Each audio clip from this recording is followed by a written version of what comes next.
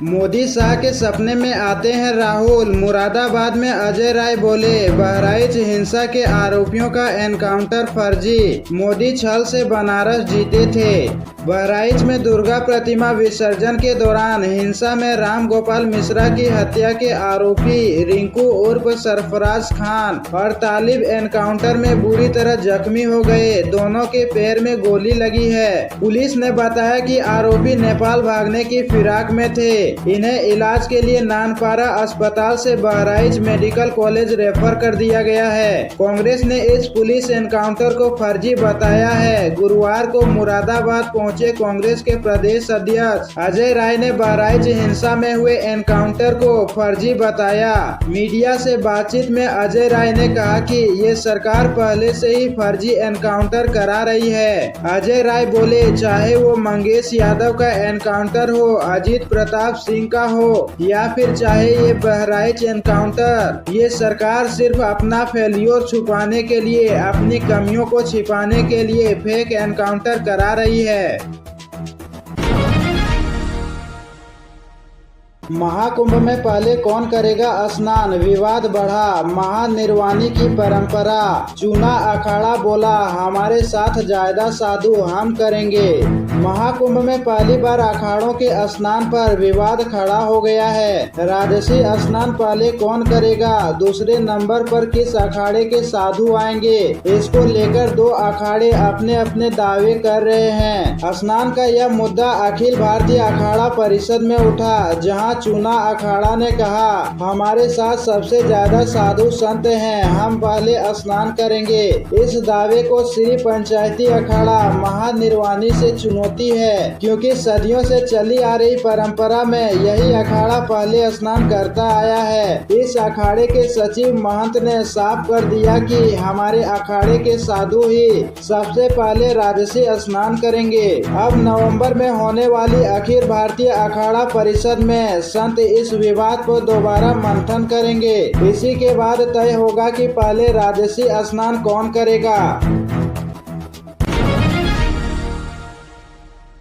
मिल्कीपुर की याचिका पर हाई कोर्ट का फैसला, चुनाव का रास्ता साफ हो सकता है। बाबा गोरखनाथ ने रिट वापस लेने के लिए अर्जी लगाई।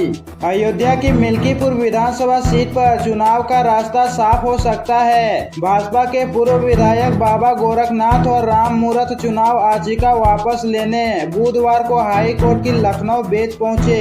उन्होंने रिट वापस लेने की अर्जी जस्टिस पंकज भाटिया की कोर्ट में दी। हाई कोर्ट इस मामले में गुरुवार को फैसला सुनाएगा। बाबा गोरखनाथ ने भास्कर को बताया, 2022 में निर्दलीय प्रत्याशी शिव मूरत ने भी याचिका दायर की थी। उन्हें भी याचिका वापस लेने के लिए हाई कोर्ट लाए हैं। दरअसल मंगलवार को चुनाव आयोग ने मिल्कीपुर सीट छोड़कर यूपी की 9 सीटों पर उपचुनाव का ऐलान किया। मुख्य चुनाव आयुक्त राजीव कुमार ने कहा कि लखनऊ हाई कोर्ट में दायर याचिका की वजह से अभी चुनाव नहीं होंगे। इसके बाद मंगलवार देर शाम बाबा गोरखनाथ के वकील ने याचिका वापस लेने की बात कही थी।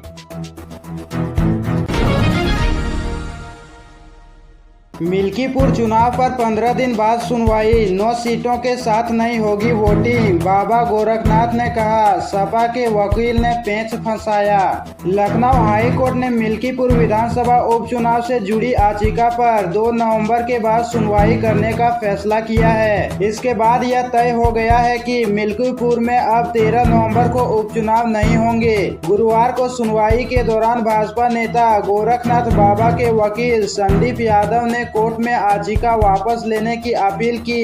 इसका सांसद अवधेश प्रसाद के वकील ने विरोध किया। उन्होंने सभी 6 उम्मीदवारों को नोटिस भेजने की मांग की। उन्होंने कहा कि मामले की सुनवाई सभी पक्षों को सुनने के बाद ही होनी चाहिए। हाई कोर्ट में जस्टिस पंकज भाटिया की बेंच ने दोनों पक्षों की दलीलें सुनने के बाद अखबार में गजट प्रकाशित कराने और सभी पार्टियों को नोटिस जारी करने के निर्देश दिए।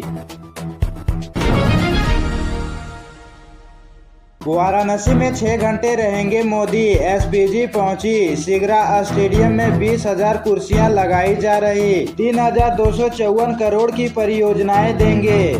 पीएम मोदी 20 अक्टूबर को वाराणसी आएंगे। वह यहां 6 घंटे रहेंगे। सिगरा स्टेडियम में मंच तैयार किया जा रहा है। 20,000 लोगों के बैठने के लिए कुर्सियां लगाई जा रही है। आज सुरक्षा व्यवस्था संभाले एसपीजी टीम पहुंच गई है। एसपीजी स्थानीय अधिकारियों के साथ पीएम के सभी कार्यक्रम स्थलों का निरीक्षण करेगी। शनिवार को पीएम की dummy fleet rehearsal, touch and go और कार्यक्रम स्थलों को एसपीजी अपने कब्जे में ले लेगी। हालांकि गुरुवार दोपहर बाबतपुर एयरपोर्ट पर एडवांस सिक्योरिटी लाइसेंसिंग एएसएलए की बैठक हुई, जिसमें प्रस्तावित कार्यक्रम स्थलों पर ड्यूटी को लेकर मंथन हुआ। पीएम मोदी दीपावली से पहले वाराणसी में 3,254.03 करोड़ की परियोजनाओं का लोकार्पण और शिलान्यास करेंगे। सिगरा स्टेडियम और नमो घाट समेत 15 परियोजनाओं का लोकार्पण करेंगे। इसके अलावा एयरपोर्ट समेत 2 परियोजनाओं का शिलान्यास करेंगे।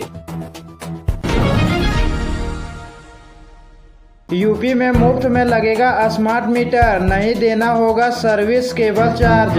पश्चिमांचल विद्युत वितरण निगम लिमिटेड के शीर्ष अधिकारियों ने मंगलवार को अपने अपने सरकारी आवासों पर स्मार्ट मीटर लगवाया। प्रबंधक निदेशक ईशा दुहान ने विक्टोरिया पार्क स्थित हाईडील कॉलोनी स्थित अपने सरकारी आवास में स्मार्ट मीटर लगवाने के दौरान कहा कि इसे लेकर तरह तरह भ्रांतियां फैलाई जा रही है। स्मार्ट मीटर निःशुल्क लगाया जाएगा और इसे लगाने के लिए अगर सर्विस केबल की आवश्यकता होगी तो उसे भी निःशुल्क उपलब्ध कराया जाएगा। उन्होंने कहा, स्मार्ट मीटर लगने के बाद उपभोक्ताओं को बिजली के बिल के झंझट से निजात मिल जाएगी। सरकारी आवासों, कार्यालयों और निजी कार्यालय में इसे लगाने की शुरुआत कर दी गई है। इसके बाद निदेशक संजय जे, एनके मिश्र, एमके तोमर के सरकारी आवासों पर स्मार्ट मीटर लगाए गए।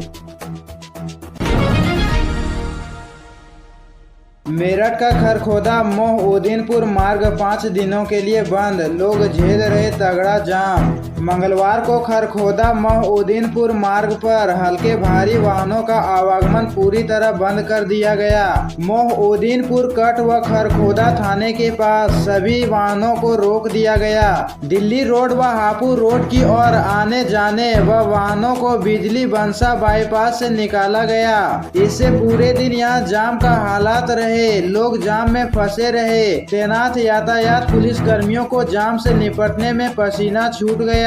देर रात तक यही हालात थे। साफ है 5 दिन तक लोगों को ऐसे ही हालात का सामना करना पड़ेगा। उत्तर रेलवे जुर्रानपुर फाटक के आसपास ट्रैक की मरम्मत कार्य कर रहा है। मोहउद्दीनपुर खरखोदा मार्ग के मध्य पड़ने वाले संपार संख्या 47C पर यह काम किया जा रहा है। 15 अक्टूबर सुबह 7 बजे से 19 अक्टूबर शाम 8 बजे तक 5 दिन तक यह काम किया जाएगा। इस दौरान खरखोदा मोहउद्दीनपुर फाटक बंद रहेगा। हल्के भारी वाहनों के अलावा दुपहिया वाहनों का संचालन भी यहां बंद किया गया है।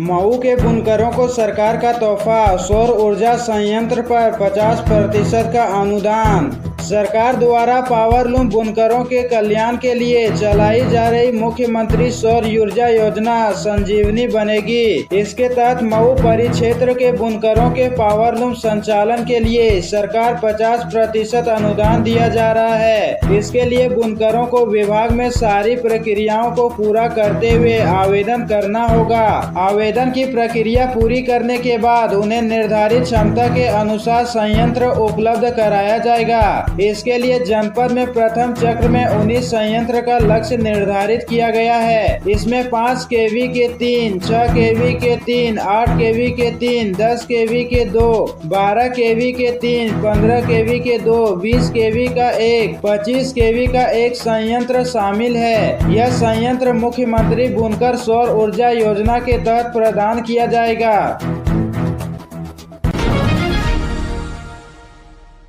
लोकसभा चुनाव की भरपाई के इरादे से उतरेगी बीजेपी, सभी मंत्रियों की तय की गई जवाबदेही। लोकसभा चुनाव में समाजवादी पार्टी और कांग्रेस गठबंधन से झटका खा चुकी भाजपा के लिए उपचुनाव अग्नि परीक्षा माना जा रहा है। पार्टी इस चुनाव में बेहतर प्रदर्शन कर लोकसभा चुनाव का हिसाब चुकता करने के साथ ही विधानसभा चुनाव के लिए बड़ा संदेश देना चाहती है। उपचुनाव की तारीखों के ऐलान से पहले ही सत्ताधारी दल ने जमीनी मोर्चे पर अपने सभी मंत्रियों की तैनाती की है। रालोद का साथ भाजपा की उम्मीदों को और परवान चढ़ा रहा है। सपा प्रमुख अखिलेश यादव के जिस पीडीए की रणनीति ने लोकसभा चुनाव में भाजपा को चौंकाया था, उससे पार्टी अब काफी हद तक उबर चुकी है। इसके अलावा कांग्रेस और सपा द्वारा पिछड़ों और दलितों में फैलाए गए आरक्षण के भ्रम को भी दूर करने में कुछ हद तक सफल रही है। बहराइच हिंसा में 11 एफआईआर, 50 गिरफ्तार, 1000 अज्ञात। कर्फ्यू जैसे हालात, सपा नेता बोले हिंसा में मारे गए राम गोपाल की गलती। बहराइच में भड़की हिंसा का बुधवार को चौथा दिन है। हिंसा प्रभावित पूरे इलाके में फोर्स तैनात हैं। महाराजगंज जहां से हिंसा की शुरुआत हुई, वहां 2 किलोमीटर इलाके में पूरी मार्केट बंद है। प्रशासन ने लोगों से दुकानें खोलने की अपील की, लेकिन डर की वजह से अभी कोई खोल नहीं रहा है। जिले में इंटरनेट को 2 दिन यानी गुरुवार तक के लिए और बंद कर दिया गया। पुलिस लोगों को आने जाने से रोक नहीं रही है। महसी और हरदी तहसील से प्रभावित इलाकों में ज्यादातर घरों में महिलाएं हैं, पुरुष फरार हैं। हिंसा में अब तक 11 एफआईआर दर्ज की गई है। अब तक 50 लोगों को गिरफ्तार किया जा चुका है। एफआईआर में 1000 अज्ञात है। इधर सपा नेता लाल बिहारी यादव ने कहा, बहराइच में मारे गए राम गोपाल मिश्रा की गलती की वजह से हिंसा भड़की। यह बड़ी साजिश का हिस्सा लग रहा है। उन्होंने भाजपा पर आरोप लगाते हुए कहा, उपचुनावों की घोषणा के बाद भाजपा हिंदू मुस्लिम दंगे भड़काने की साजिश कर रही है। श्री कृष्ण जन्मभूमि ईदगाह केस में सुनवाई, रिकॉल एप्लीकेशन पर फैसला रिजर्व। मथुरा श्री कृष्ण जन्मभूमि और शाही ईदगाह केस में इलाहाबाद हाई कोर्ट ने बुधवार को हिंदू और मुस्लिम पक्षों के वकीलों को सुना। रिकॉल एप्लीकेशन पर अपना फैसला रिजर्व कर लिया। श्री कृष्ण जन्मभूमि मुक्ति न्यास के राष्ट्रीय अध्यक्ष और पक्षकार एडवोकेट महेंद्र प्रताप सिंह ने बताया, श्री कृष्ण जन्मभूमि से जुड़े 18 वादों को एक साथ सुने जाने के लिए कोर्ट ने फैसला दिया है। इसके खिलाफ मुस्लिम पक्ष ने रिकॉल एप्लीकेशन दाखिल की। मुस्लिम पक्ष ने कहा, ये वाद सुनवाई योग्य नहीं है। इस पर श्री कृष्ण जन्मभूमि पक्ष की तरफ से कहा गया कि रिकॉल एप्लीकेशन मामले को उलझाए रखने के लिए दाखिल की गई है। रिकॉल एप्लीकेशन किसी आदेश को वापस लेने के लिए दी जाती है। महाप्रसादम बनाने वालों को पीएम ने सराहा, वहीं बेरोजगार बोली पति कैंसर से मर गए, हम बेसहारा, लड्डू लेने से क्यों मना किया। मैं प्रसादम तैयार करती थी, अचानक नोटिस आ गया कि लड्डू नहीं लिए जाएंगे। हमारे साथ ऐसी भी महिलाएं हैं जिनके पति और बेटे की कैंसर से मौत हो चुकी है। यह कहना है महाप्रसादम बनाने वाली संस्था बेला पापड़ स्वयं सहायता समूह की सुनीता जायसवाल का, जिन्हें काशी के सांसद नरेंद्र मोदी और यूपी के सीएम योगी तक शाबाशी दे चुके हैं। दरअसल काशी विश्वनाथ मंदिर में महाप्रसादम बनाने का जिम्मा अब अमूल कंपनी संभालने वाली है। उसी के प्लांट में ही प्रसाद तैयार किया जाएगा। अब तक महाप्रसादम 2 संस्थाएं मिलकर तैयार कर रही थी। इनमें से एक संस्था बेला पापड़ स्वयं सहायता समूह की महिलाओं से बात की। सामने आया कि मंदिर न्याय के फैसले के बाद महिलाओं के सामने रोटी, कपड़ा, मकान और इलाज का संकट खड़ा हो गया है। अब महिलाएं अपने बच्चों की पढ़ाई तक के लिए परेशान है। बहराइच का वह घर जहां राम गोपाल की हत्या हुई, छत पर कांच की बोतलें, खून के धब्बे, हिंसा के बाद पूरे मकान में तोड़फोड़। बहराइच के महाराजगंज में 13 अक्टूबर को दिन में 2 बजे से ही स्थिति तनावपूर्ण होने लगी। 3 बजे देवी की मूर्ति पर पत्थर फेंके जाने से स्थिति बिगड़ी। पुलिस ने मूर्ति विसर्जन करने आए लोगों पर ही लाठीचार्ज कर दिया। इसके बाद स्थिति थोड़ी संभली तो राम गोपाल मिश्रा पहुंचा। उसने अब्दुल हमीद के घर पर लगे इस्लामी झंडे को उखाड़ा और भगवा झंडा लहराने लगा। मुस्लिम बहुल महाराजगंज में इस घटना के बाद स्थिति नियंत्रण से बाहर हो गई। मिल्कीपुर में चुनाव टालना बीजेपी की रणनीति या बड़ी चूक, याचिका पेंडिंग है। यह यूपी के अफसरों को ही पता नहीं था। यूपी सरकार और भाजपा के लिए यह किसी झटके से कम नहीं था कि 15 अक्टूबर को मुख्य निर्वाचन आयुक्त राजीव कुमार ने अयोध्या के मिल्कीपुर में उपचुनाव की घोषणा नहीं की। उस पर दूसरा झटका तब लगा जब यह पता चला कि भाजपा के ही बाबा गोरखनाथ की ओर से दायर चुनाव याचिका के चलते मिल्कीपुर में फिलहाल उपचुनाव नहीं होगा। इस घटना ने बीते 3 महीने से मिल्कीपुर में चुनावी तैयारी कर रहे सरकार और सत्तारूढ़ दल नहीं, जनता के बीच भी प्रशासनिक मशीनरी की सजगता की पोल खोल दी। सपा के राष्ट्रीय अध्यक्ष अखिलेश यादव ने ट्वीट किया, जिसने जंग टाली है समझो उसने जंग हारी है।